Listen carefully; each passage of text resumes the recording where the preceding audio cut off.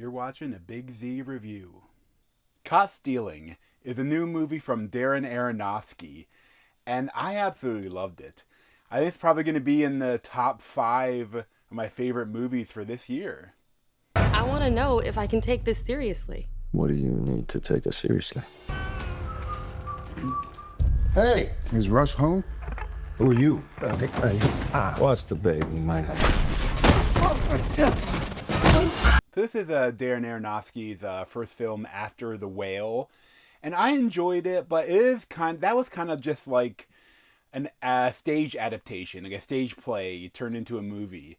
This is completely its own new thing, and it's kind of not quite like a lot of his other movies. Like it's like a crime epic, but not really. It's really very real. It feels real, like almost too real, because most of these characters are not going to have a storybook ending. But I love what they do here. So Caught Stealing, as I kept calling it, been caught stealing, like the great Jane's Addiction song. Once when I was 5. But this was based on a book that was written by Charlie Houston, and he also adapted the screenplay for the movie. And it mainly stars Austin Butler as Hank Thompson. And he is, like, in high school, he was, like, probably going to be a top 20 draft pick for baseball. But then right before, like, the draft happened, he got in a horrible accident while driving drunk with his friend. And they kind of completely derailed his career, but it tore up his knee. And now he has like night terrors waking up like from the accident. And his girlfriend is Zoe Kravitz as Yvonne. And she's like a night nurse or like a EMT. And like this all takes place in like the late 90s. And they have like Austin Butler, his neighbor, is Matt Smith as Russ, who is like a British punk.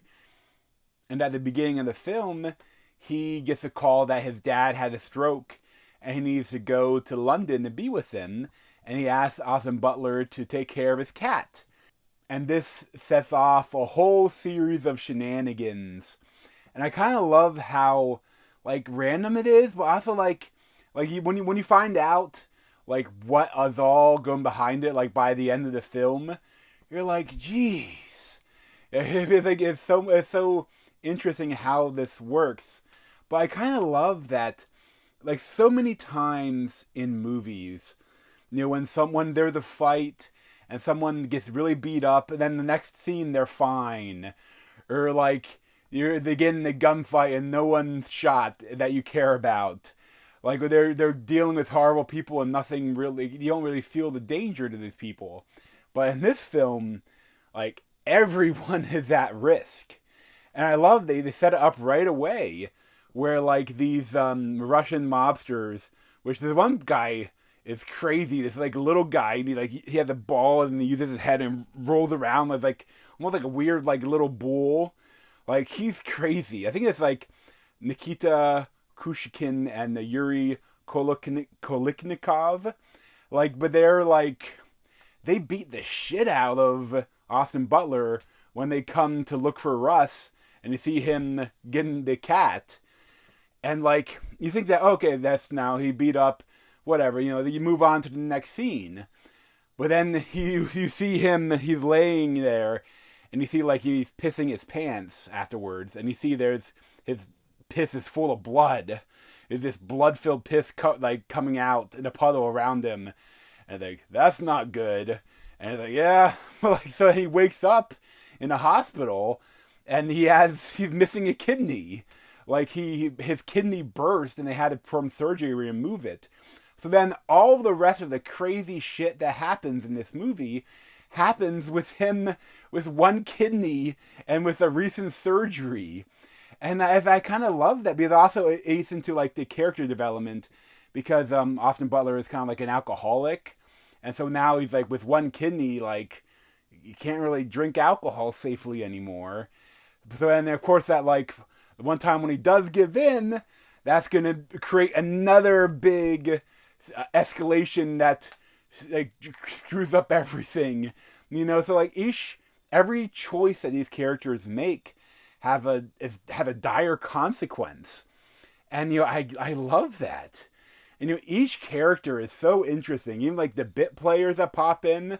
Like, you have, like, they're a bigger player, but Liev Schreiber and Vincent D'Onofrio play, like, two Hasidic Jew brother gangsters. And that, like, and then they have, like, you have a cop, and you have Bad Bunny at Colorado as a gangster that was working with the Russians. And, like, each part is very interesting because all these gangsters are after something that Matt Smith had, and that they're willing to do a lot for it. And so, like, there's so much different stuff going on. And throughout the whole film, I love, like, there's a lot of great music. And it's all from this great indie punk rock band called Idols. They're kind of like a modern version of, like, British punk. That's like, I've been following them for a couple of years. They're really good. But, like, the music in this is great. And I absolutely love Austin Butler's performance here. Because, I mean, like, he is like a baseball player. Like, you see most of it, he's just getting the shit kicked out of him. But at a certain point, like, you see he's like, I'm an athlete. Even though I'm washed up, I can still put out some damage to these people. Like, towards the end, there's some, like, fun fight scenes that are, like, quick and to the point, but then well done. Like, it's very interesting. Like, the choreography is very quick and very, like, not action filmy, but it's still, like, very well done.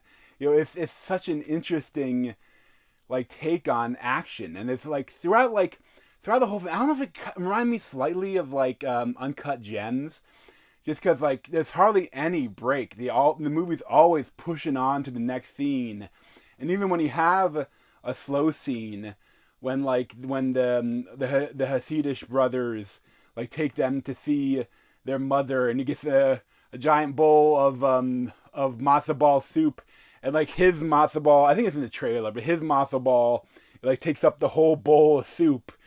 And there's some cute stuff too, like some dark comedy, but this is like an action, like, drama thriller, like a crime film. Like, there's so much to offer here, but definitely, like, there's a lot of people die in this film. Not to spoil anything, but, like, there's a lot of crazy shit happens, and I was kind of there for it the whole time. And I love, again, like, the whole deal that I love that there are consequences for every action. Like, there's one character, like, gets hit on the head one too many times and then just, like, dies. And, like, yeah, that's what happens. Repeated concussions is a killer. Like, I know that's why all the people die in boxing. Like, I know recently in Japan, like, a couple weeks ago, they had two fighters that fought each other, and they both died later that night. And it wasn't even that, like, crazy of a match. They just both had multiple concussions and happened to die later that night. But, like, there's so much stuff going on here, and everyone is just amazing. Like, Regina King as Detective Roman was great. Like, everyone is really good. Even, like, Bad Bunny. Like, he's a small role. He's done it. Darren Aronofsky didn't lean on him too hard. He got what he needed from him. Like, even, like, the cat as Tonic, or, like, as Bud the cat, he's great. Like, I really loved everything in this movie. Like, I would highly recommend it. I'd probably give it, like, a 9.25 out of 10. Like, and even 9.5 out of 10. I think I have to see it more to see if it holds up to other films from this year that I have at the top of my list for my favorites. But I think it's going to be up there. I mean, it's amazing. I absolutely loved it. But thanks for watching. If you want to see more of me, you can subscribe down below. Thanks.